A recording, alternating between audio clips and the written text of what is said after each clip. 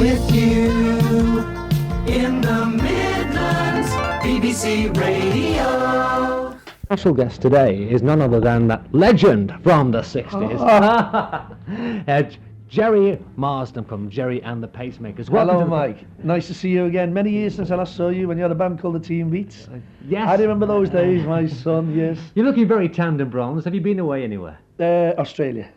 Tour down? Yeah, we just come back from our Australian tour about 3 weeks ago. So we had a 2 weeks break and we're just starting this tour now with the Rockin' Berries. Yeah. It's only short. It's only for, I think, 5 days. But just 5 theatres. And then we take another week off and then we go to Canada for our Canadian tour, which is 2 months. And we come back, have a month holiday, then we go to the States for 2 months for our American tour. So we got a very heavy year lined up.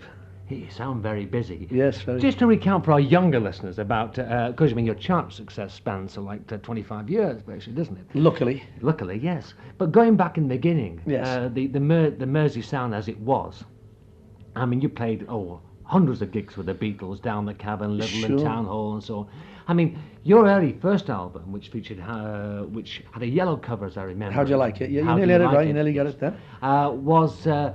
Had things like country flavoured songs on it, as I recall. Yes. What were your early influences? My early influences really were skiffle, Lonnie Donegan basically, and then I found people like Fats Domino, Ray Charles, Jerry Lee Lewis, Chuck Berry. Then I turned to rock and roll, which became a part of my life. So I would say the very early influences would have been country through the skiffle and the very early Hank Williams. That's the dad of Hank Williams Jr. Right. On our first LP, yes, we did songs like Jambalaya, That's what I was things like thinking that. of, yes. In fact, I will play that this evening, Mike. As soon as you reminded me, I'll do that. So nice. It's a good number, that, isn't it? Yeah, it rocks on a bit. It's nice. We do a rock version of it, of course.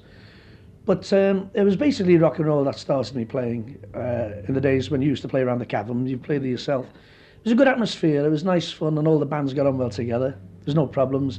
It wasn't a rivalry there. Oh, none at all. No, we found that, and even through the record scene when the Beats had records, Billy J had records, Scylla, the Searchers, we all stayed very good friends. In fact, John McNally from the Searchers rang me this evening for a chat to go out for dinner next week, but I'm busy, so we'll make another date. So we still have stayed very good friends in that early period of knowing each other so long, you know. The very beginning of Gerry and the Pacemakers, though, the original band wasn't called Gerry and the Pacemakers, was it? Your No, first band? my first band was the Gerry Marsden Skiffle Group. Then we joined to Gerry Marsden and the Mars Bars, Yes. which we had to change because Mars Bars didn't like it. But he was sick when we got hit records and told them who we were. And then we changed to the Pacemakers when we went to Hamburg in 1959. The Beatles played a club called the Kaiser Keller. Of course. And we played a place called the Top 10, which was the Hippodrome, an old circus ring. But we had a great time in Hamburg. That was a very good training place to be, because we would play from 7 in the evening till 2 in the morning with 15 minutes break every hour. So you learned your graft or your trade. Yeah. That was like our apprenticeship. Yeah. I remember that in my day, days gone by, I Yes. remember it was always auditions. You know, remember those auditions you used to have, and hardly any money, just like do another audition and then we'll pay you. Even on the auditions, we got no money. £5 a night or something, but still, it was good training. Now, Brian Epstein, Yeah. of course, I heard recently the original deco tapes of and demos of How Do You Do It from the By the Beatles, Beats. which you must have heard them yourself. Sure. Yeah. And of course, you had the big #1 hit with that. Yeah. Was it Mitch Murray? That's right, Mitch wrote it. And Such a catchy number, the Beatles turned down. sure, he let the Beatles try it, and they didn't like it, because at the time, Paul and John were writing more of their own gear, and they consequently wanted to do their own stuff, so they turned down How'd You Do It. We accepted it. Someone's just scored. We're Yes. watching the football at the same time Watching here. the football in the dressing room, France have just scored a cracking goal, actually, well in, son. But they turned it down, and they were a bit cheesed off when we did it, and it went to #1, because we happened to be the first band in Liverpool to get a #1. Because the Beats' first record, Love Me Do, got to 19, I think. That's right. And Love Me Do. 17 in disc and 19 in Yeah, NME. that's right, and Love Me Do got to #2. Please Me, I should say. Please Me went to #2 in That's 2 correct. charts, #1 in 1 chart. Well, I always thought they had the first #1, truthfully. Well, they said the Guinness Book of Records. I'd argue with that. So I would agree with you. Because, well, I thought, and I was in America 9 months ago on tour, talking to a guy on the American radio station. And he said, you know, Gerry, you were the first band to have a #1. I said, no, the Beats had it with Please Please Me. He said, no, look, and he brought out this big book of charts, Right. and it showed #2, and I was quite shocked.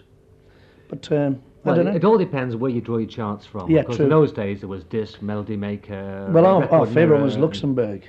That was the yes. one for us all. Yes. We always and it used to go off air and crattle back on again. That's right, yeah, from 7 o'clock in the evening. But it was still nice, as I say, that all the boys still enjoyed it, although they missed doing How Do You Do It.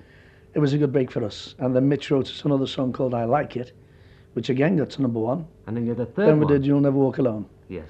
You From, first group to have 3 #1 hits in a row, weren't you? In the first, with the first 3 records, yes. First 3 records. That was a Rodgers and Hammerstein song from Carousel. Of course. And now, can we just recount perhaps anything that you've never ever told anybody before about those days with you and John and Paul and Ringo and... Yes, I on kissed you twice on the cheek in the cabin. Who was that? You. Me? You forgot that, Mike? I thought Butch Cassidy was a cowboy. I was trying to take longer strides. So did Butch. No, I don't know. I suppose there's lots, but it's very hard to think of them right off the cuff. But we spent lots of years together, the Beats and ourselves, touring England and also touring Germany.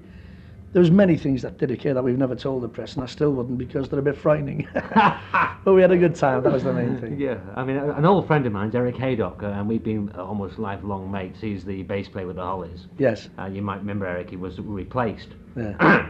But of course, he was the original bass player, was all the early hit records up to 66. And some of the tales that used to go on. Yeah, so, well, I mean, there was lots of tales that were true and lots that weren't true, but the Hollies were a great band. Manchester-based, of course, but Yes. we'll forgive them for that. Right. But a good band. Brian Epstein. Yeah. I mean, there's lots of different books about Epi, as he was known. I met him myself a couple of times because he looked at our group and then realised we lacked something, talent. But I mean, you must know him fairly well as a manager and so on. Brian was a great lad, actually, very, very polite guy. Had a great charisma. He had this wonderful charm about him. He never professed to know about anything to do about money, but he could definitely pick artists and get them into recording and so on.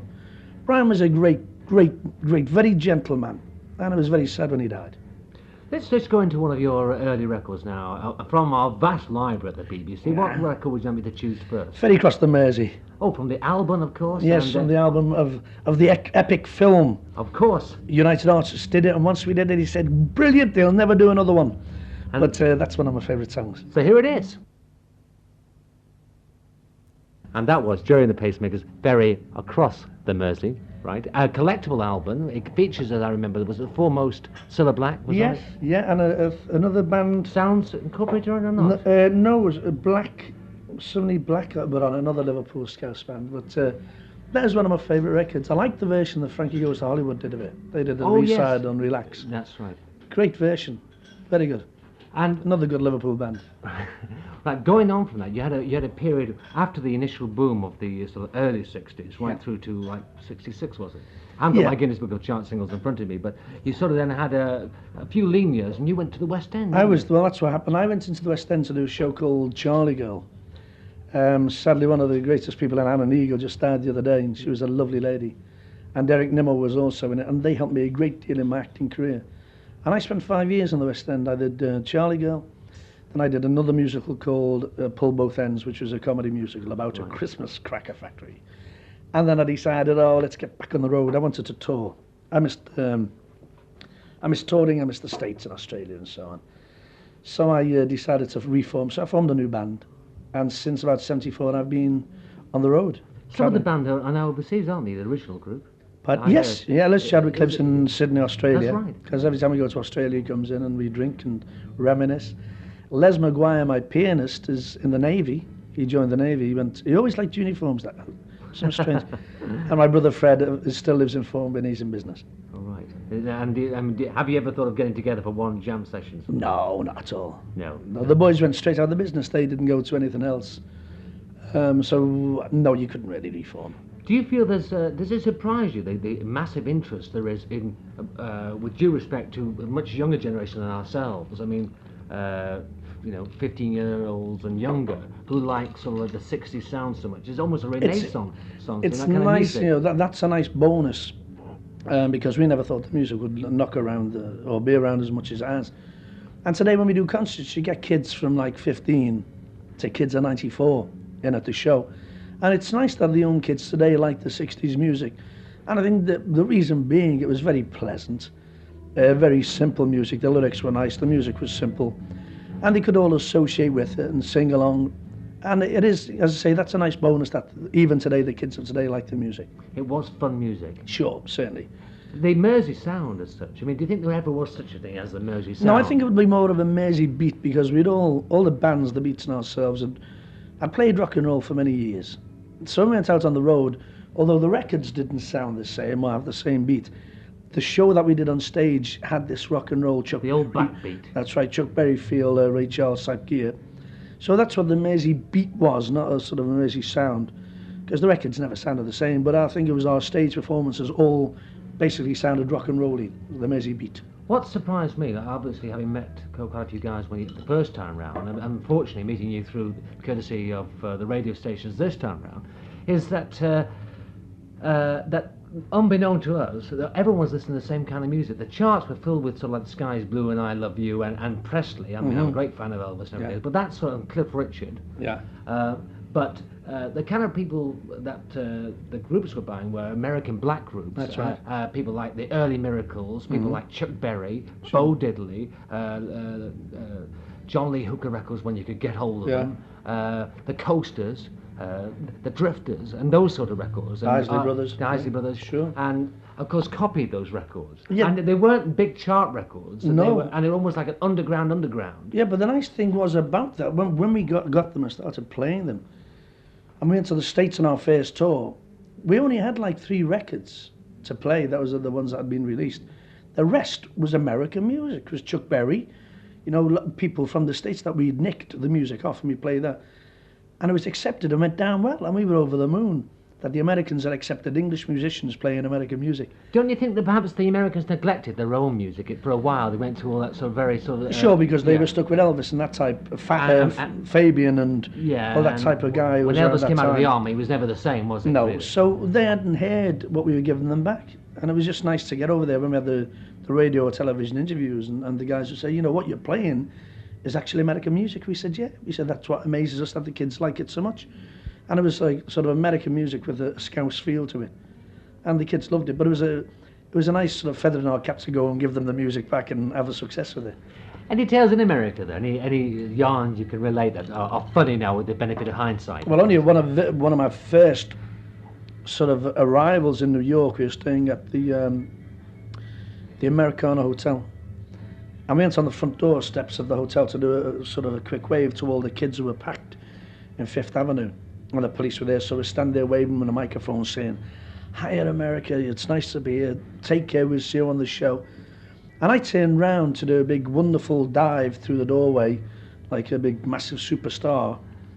And I jumped over the mat that set the doors open, and the door stays closed. And I smacked my nose on a bloody door, hit the floor, and was picked up by 2 huge policemen, taken into the hotel, and all the kids went, "Oh no, what's she done?"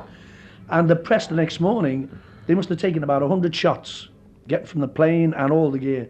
And the one that was in all the papers was me being picked up off the floor by 2 big cops. It's always the way, though, isn't it? It's always Sure the is, way. with a bloody nose. Let's move on to another piece of music. I'm going to play, well, I think I Like It is one of my favourite tracks. Good lad, Mike, let's play I Like It.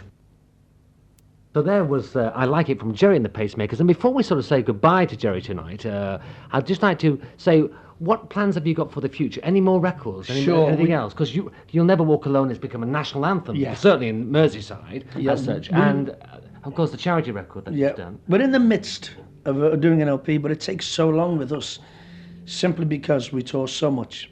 And it's the opportunity to get in the studio, but you need to spend like a month, really, or 2 months to get a decent LP out. And sadly, we don't have the time. And if I have a month off, I want to be home with the wife and kids. And this LP has taken us like 6 months at the moment. But I should hope that it will be maybe finished about September or October. Any idea what it's going to be called? No, I haven't got a clue. I think it'll just be called Thank God We Finished. But I don't really know. But we are battling through it, believe me. Anyway, You'll Never Walk Alone, I think, is the track to finish with tonight. Lovely. Thank you, Mike, for chatting to me. Take care. Do drop in again on the I programme. certainly will. A lovely studio. It's tremendous. Television, everything. Let's be honest about it, we're actually in the dressing room of the theatre here. You've given a game away, but never mind. Mike, take care. See you again. God bless. Gerry and the Pacemakers and You'll Never Walk Alone.